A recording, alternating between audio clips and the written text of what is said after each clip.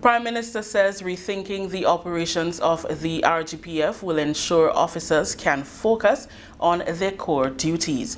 We'll have details to this story and more in the National Report. My name is Jefferson Anton. With the details to the news for Monday, 16th January, I am Rikisha St. Louis. Prime Minister and Minister for National Security, Honorable Deacon Mitchell, says there is a need to rethink some of the operations of the Royal Grenada Police Force so that officers are not stretched thin, undertaking duties that may be better suited to civilian organizations. He was speaking with officers attached to the Carriacou and Petit Martinique police stations during a visit to the sister islands over the weekend.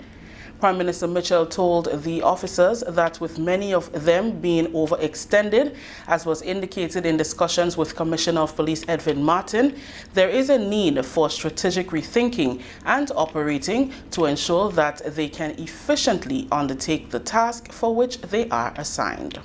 There has to be a realignment and a conversation as to what is core policing and what are issues that the police currently do that frankly may be better suited for other organizations. And I've highlighted some areas, starting from the entire issue of transportation, logistics, licensing of vehicles. All of these things could properly be carried out by civilians. And so that police officers don't have to address it. To a large extent, even the regulation of traffic can be carried out by civilian traffic wardens, etc. And the government, and I'm using it as a continuum, has engaged several tens of traffic wardens and so on, and yet still I think the police still find themselves having to spend the time actually doing more of the traffic regulation than the wardens themselves. So it means we have to train these wardens.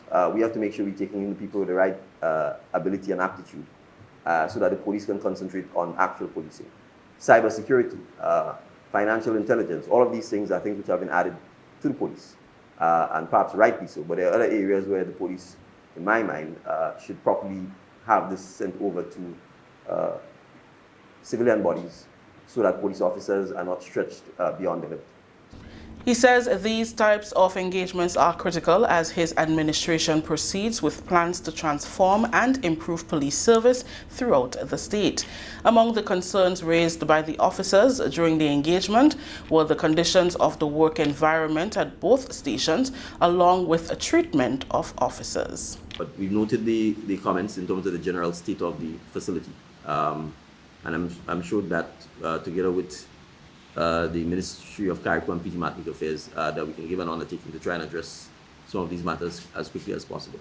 One of the reasons our approach is to engage with people as much as possible is that a lot of the suggestions for simple things that could improve the conditions under which people operate or live or work are, in my view, quite easily attainable if we have involvement of persons. So your suggestion, for example, with the catchment area, are things which, in my mind, together with community involvement, business involvement, and a little political will, issues in my mind that sometimes could happen on a weekend and could be solved. Another critical issue for the officers was the pay and grade of policemen and women. I was made aware of the pay and grade system before I became the Prime Minister, and after becoming the Prime Minister, I've given the commitment, but prior to that we will address it. I've already indicated that the government negotiating team, led by Mr. Bernard, is engaging with the police welfare to discuss it. So I've actually sat down with them. I've identified it as a priority. But before we can give a timeline by which, this is a matter that has to be negotiated. So the timeline for negotiating has already started. It means your welfare association has to have a conversation with the rank and file as to how we come up with a proposal that we can agree with.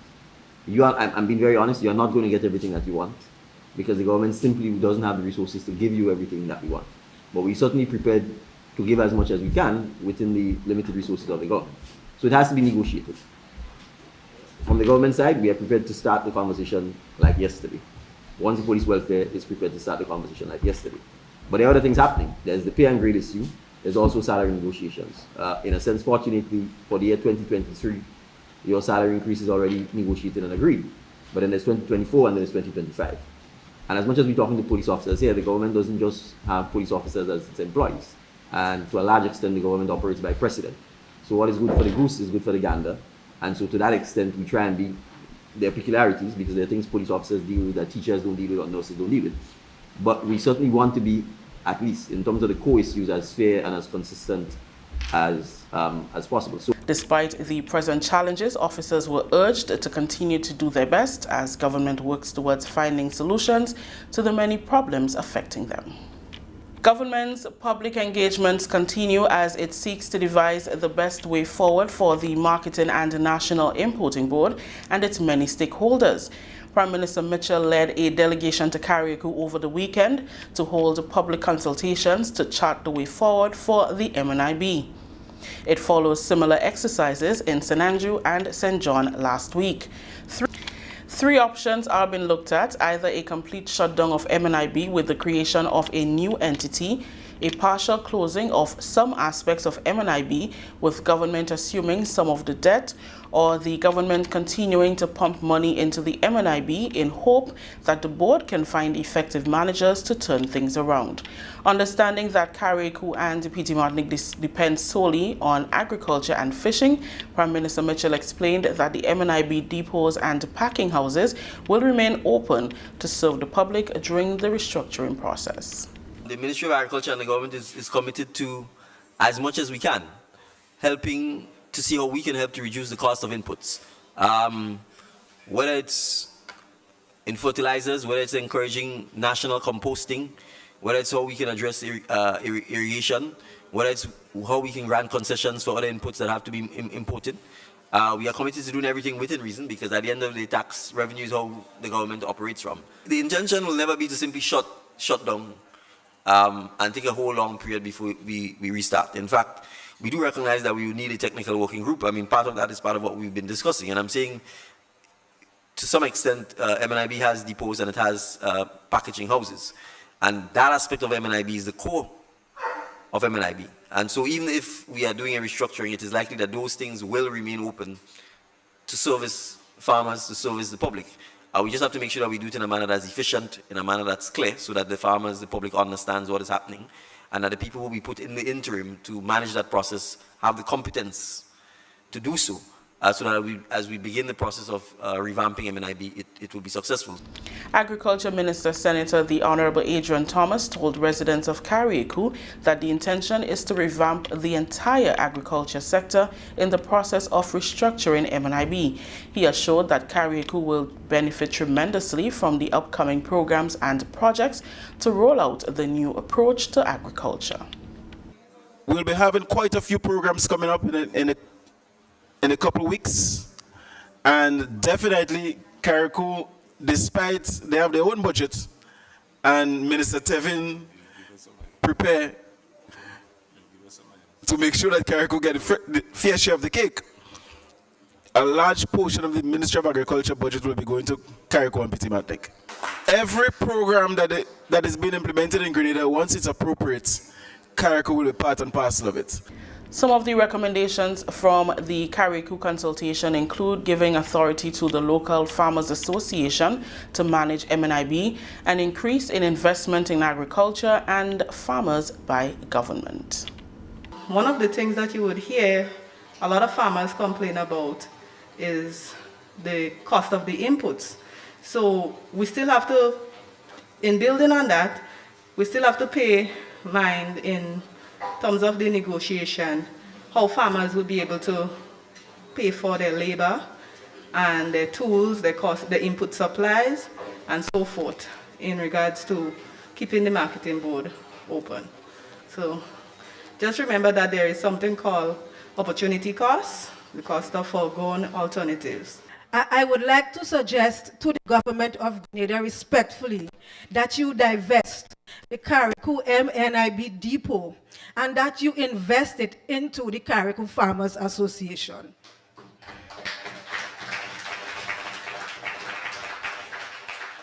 The Farmers Association has been crying out for governmental assistance, and now at the point of restructuring, where the needs of the farmers and the needs of the government seem to meet, this may be a good time for the two bodies to sit down and to discuss what is the future of the Carriacou depot. We may have to pay the workers, you may have to pay the workers for them, and maybe some bills, but for the most part, allow the Carriacou Farmers Association to run Carriacou MNIB. I think a lot of wastage take place in MNIB.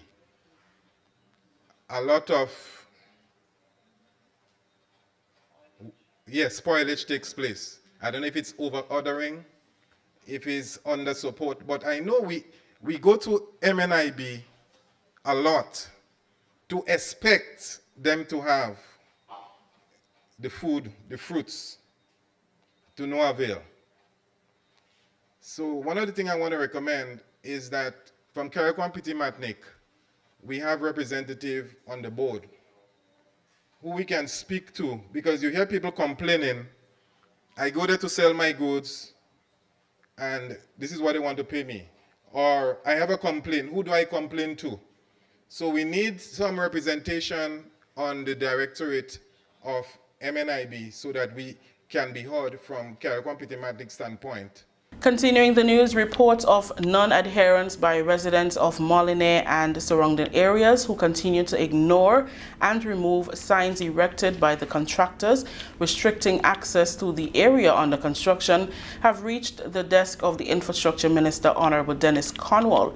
During a visit to the project site on Friday, Honorable Cornwall told members of the media that the illegal act by residents must stop, as they are putting themselves in harm's way and creating unnecessary delays on the project site. He said if the problem persists, the Ministry of Infrastructure will engage the RGPF for support. The minister said government has made it clear that residents will have to make sacrifices in order for the project to be executed. I have said before, and I continue to say to the people of Molyneux, this project is an ongoing project. They are continuing to see small slippages and so on. It means that the area is still very unstable. We will continue to beg and plead that you do not traverse the area. It's for your own good. I would say that if you continue, we would have no other choice but to at least enforce the law. I have also noticed that there are areas where the signs are pulled down by the residents or damaged by the residents or removed by the residents, and I think that is illegal and they should refrain from doing such things. Honorable Cornwall said drivers must adhere to the rules as stipulated by the relevant authorities. If we don't, we'll be a nation of persons who do not adhere to the laws. The laws are placed to ensure we can conduct business in a particular way. The construction of this project here is to ensure that at the end of the day we can build a safe barrier so that the road can be built and continue progress on this part of the country. So if we do not allow the contractors to do the work in a safe environment, we are basically impeding the progress of the project. Today we have here with us now also replacing the pipes that we have said earlier on and so on, and I am happy to see that. It means that progress is taking place right here on the site.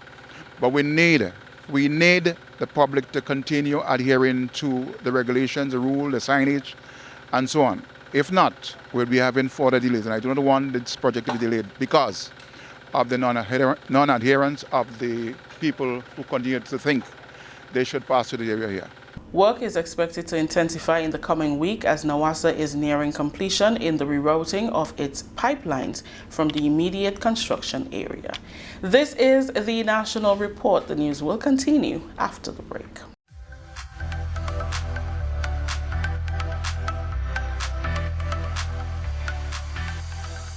I think I've decided.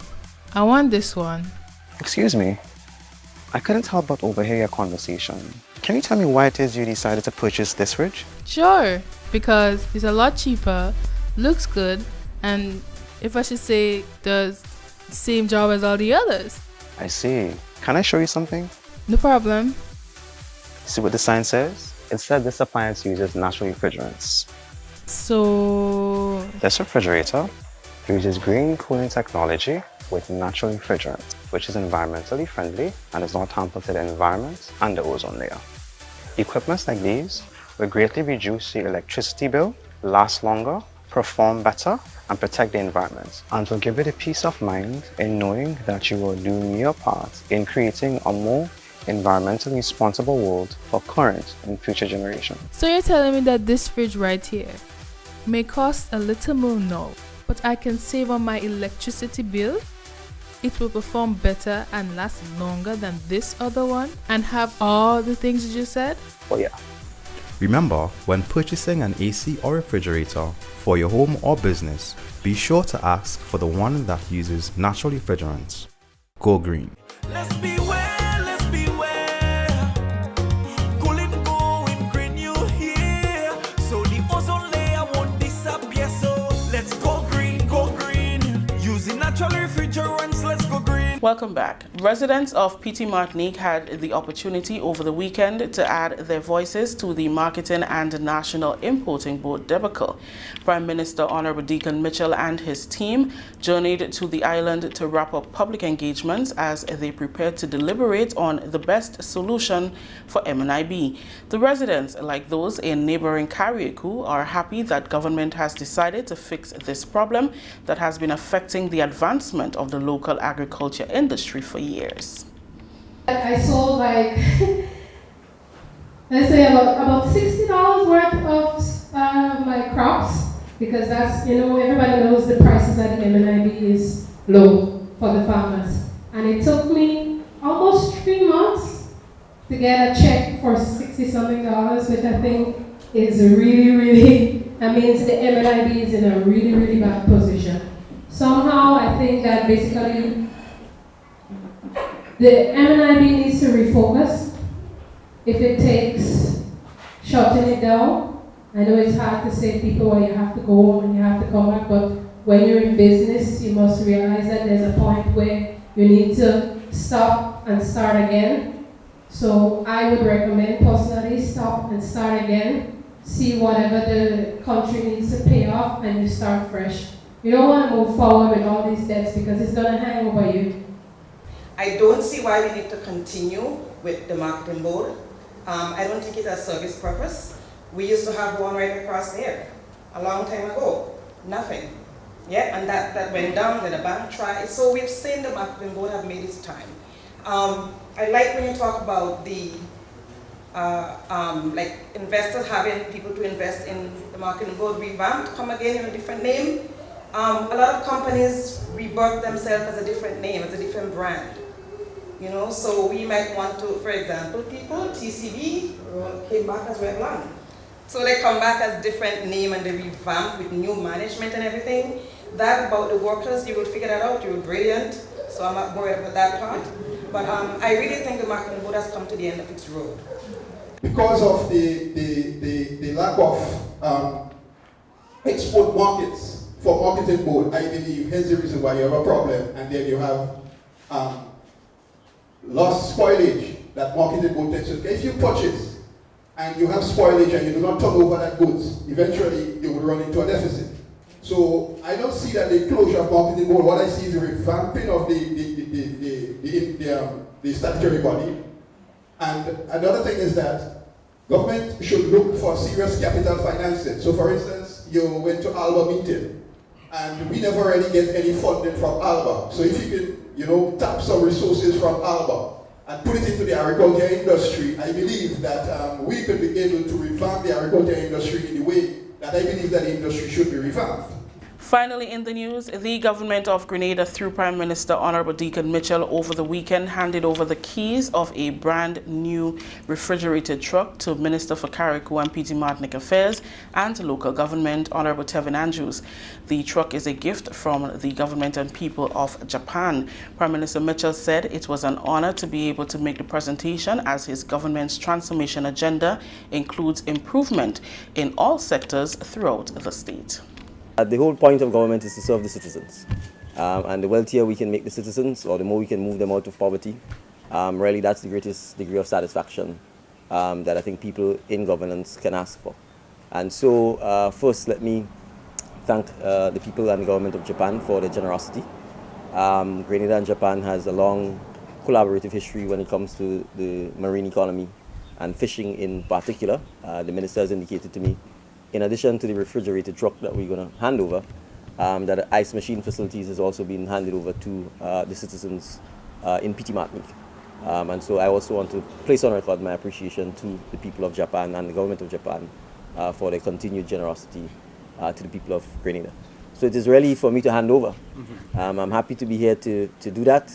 I expect that I would probably benefit by eating fish from Petit Martinique and Carriacou in Grenada, not just up here, as a result of this, and that they could assist us, again, in terms of boosting fish production, fish processing and fish exploitation from Petit Martinique and Carriacou.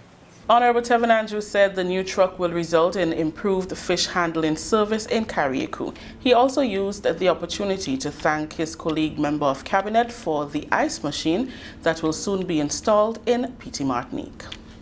Carriacou and Petit Martinique, I believe that Carriacou and Petit Martinique in particular is one of the, well, is the fishing capital. Although my colleague MP for St. John's would differ. And we have not been doing much in the past for fisheries or fisher folks here in Carriacou and Petit Martinique. And I'm happy that we have been blessed and we are now benefiting from this freezer truck. But I also want to put on record that for 2023, the fisher folks of Carriacou and Petit Martinique, it's a happy moment for them, because not only are we gifted with the freezer truck, but very soon work will start on the windward fisheries. In addition to the truck, there is also delivery of an ice machine to the fishermen, the fisheries corporation, fishermen corporation or cooperative of Petit Martinique. So I'm also happy with that as well. So the people of the fisher folks of Carriacou and Petit Martinique are benefiting a lot from this initiative, and I'm very proud of that. That story just ended the national report for Monday, January 16th, recapping the top story. Prime Minister says rethinking the operations of the RGPF will ensure officers can focus on their core duties. On behalf of the entire news and production team, I am Rakisha St. Louis saying thank you for joining us.